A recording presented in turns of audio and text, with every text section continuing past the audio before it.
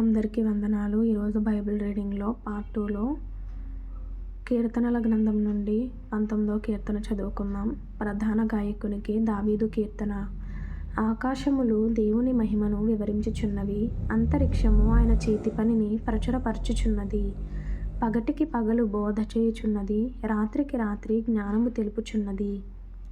వాటికి భాష లేదు, మాటలు లేవు, వాటి స్వరము వినబడదు. వాటి కొలనూలు భూమి అందంతటా వ్యాపించి ఉన్నది. లోక దిగంతముల వరకు వాటి ప్రకటనలు బయలు వెలుచున్నవి. వాటిలో ఆయన సూర్యునికి గుడారము వేసెను. అతడు తన అంతఃపురములో నుండి బయలుదేరు పెండ్లి కుమారుని వలె ఉన్నాడు. శూరుడు పరుగెత్తనుల్లసించున్నట్లు తన పదమునందు పరుగెత్తనుల్లసించుచున్నాడు. అతడు ఆకాశమున ఈ దిక్కు నుండి బయలుదేరి ఆ దిక్కు వరకు దాని చుట్టూ తిరిగి వచ్చుచున్నాడు. అతని వేడిమికి మరుగైనది ఏదీయూ లేదు. యెహోవా నియమించిన ధర్మశాస్త్రము యథార్థమైనది, అది ప్రాణమును తెప్పరిల్లజేయును. యెహోవా శాసనము నమ్మదగినది, అది బుద్ధిహీనులకు జ్ఞానము పుట్టించును. యెహోవా ఉపదేశములు నిర్దోషమైనవి, అవి హృదయమును సంతోషపరచును. యెహోవా ఏర్పరచిన ధర్మము నిర్మలమైనది, అది కన్నులకు వెలుగిచ్చును. యెహోవా యందైన భయము పవిత్రమైనది, అది నిత్యము నిలుచును. యెహోవా న్యాయవిధులు సత్యమైనవి, అవి కేవలము న్యాయమైనవి. అవి బంగారు కంటెను, విస్తారమైన మేలిమి బంగారు కంటెను కోరదగినవి. తేనె కంటెను, జుంటె తేనె ధారల కంటెను మధురమైనవి. వాటి వలన నీ సేవకుడు హెచ్చరిక నొందును. వాటిని గైకొనుట వలన గొప్ప లాభము కలుగును. తన పొరపాటు కనుగొనగలవాడెవడు? నేను రహస్యముగా చేసిన తప్పులు క్షమించి నన్ను నిర్దోషినిగా తీర్చుము. దురభిమాన పాపములలో పడకుండా నీ సేవకుని ఆపుము. వాటిని నన్ను ఏలనీయకుము. అప్పుడు నేను యథార్థవంతుడనై అధిక ద్రోహము చేయకుండా నిందారహితుడనగుదును. యెహోవా నా ఆశ్రయదుర్గమా, నా విమోచకుడా, నా నోటి మాటలును నా హృదయ ధ్యానమును నీ దృష్టికి అంగీకారములగును గాక. ఇప్పుడు మత్తయి సువార్త నుండి 19వ అధ్యాయం చదువుకుందాం. యేసు ఈ మాటలు చెప్పి చాలించిన తరువాత గలిలయ నుండి యొర్దాను అద్దరినున్న యూదయ ప్రాంతములకు వచ్చెను. బహుజన సమూహములు ఆయనను వెంబడింపగా ఆయన వారిని అక్కడ స్వస్థపరచెను. పరిసయ్యులు ఆయనను శోధింపవలెనని ఆయన యొద్దకు వచ్చి, ఏ హేతువు చేతనైనను పురుషుడు తన భార్యను విడనాడుట న్యాయమా అని అడుగగా, ఆయన సృజించిన వాడు ఆది నుండి వారిని పురుషునిగాను స్త్రీనిగాను సృజించెననియు, ఇందు నిమిత్తము పురుషుడు తల్లిదండ్రులను విడిచి తన భార్యను హత్తుకొనును, వారిద్దరును ఏక శరీరముగా ఉందురని చెప్పెననియు మీరు చదవలేదా? కాబట్టి వారికను ఇద్దరు కాక ఏక శరీరముగా ఉన్నారు గనుక దేవుడు జతపరచిన వారిని మనుష్యుడు వేరుపరచకూడదని చెప్పెను.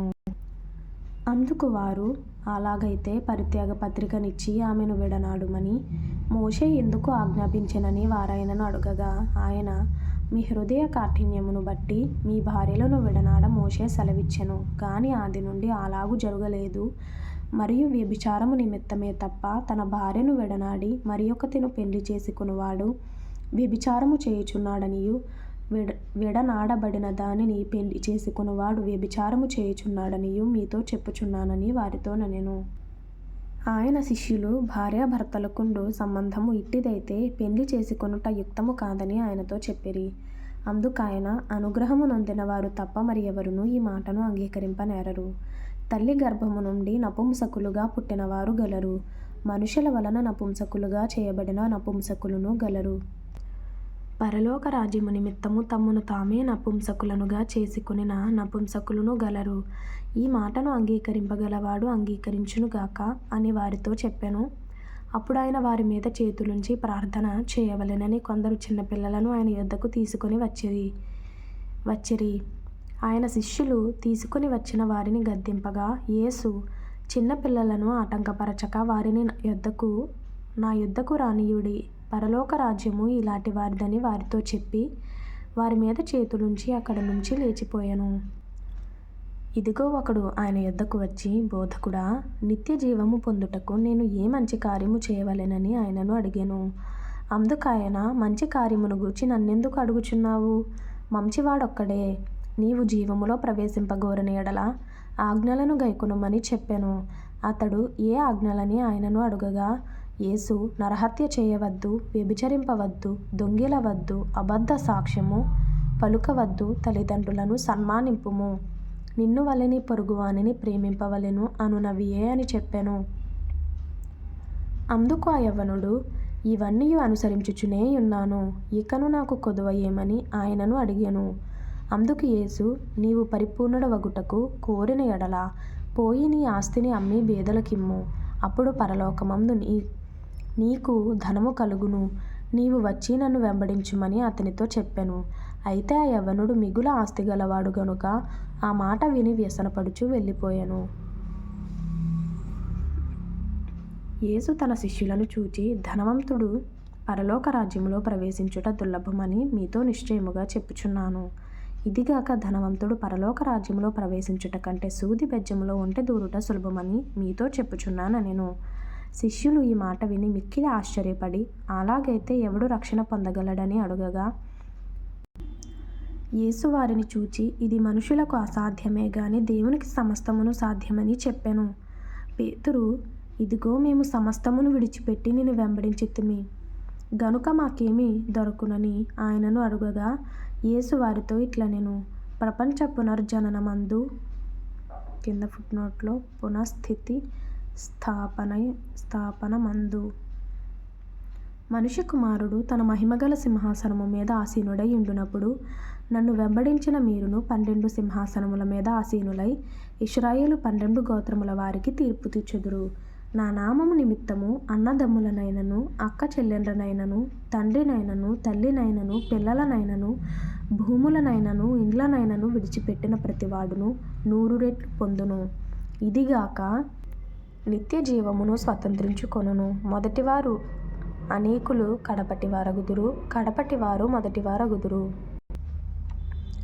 వాక్యం చదివిన తర్వాత ప్రభు మాట్లాడిన మాటలు ఈ విధంగా వేరొక బుక్లో రాసుకొని ప్రతిరోజు వీటిని దేవుని దగ్గర పెట్టి ప్రేయర్ చేసుకున్నట్లయితే ఖచ్చితంగా మనం ఆత్మీయంగా బలపడగలుగుతాం. ఖచ్చితంగా ప్రతిరోజు బైబిల్ చదువుతూ దేవునితో నడుస్తూ ఉంటే ఖచ్చితంగా మనం బలపడగలుగుతాం. ఆత్మీయంగా బలపడాలి అనే ఆలోచనతో ఉన్నవారు ఖచ్చితంగా సబ్స్క్రైబ్ చేసుకొని ఫాలో అవ్వగలరు.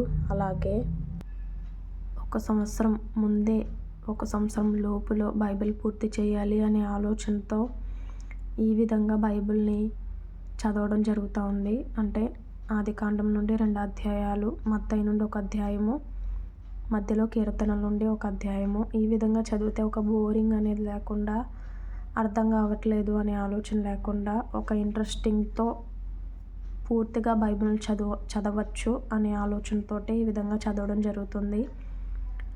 అర్థం కానట్లయితే మొదటి వీడియో నుండి చూస్తే ఖచ్చితంగా మీకు అర్థమవుతుంది అని నమ్ముతున్నాను. అందరికీ వందనాలు. Thank you all.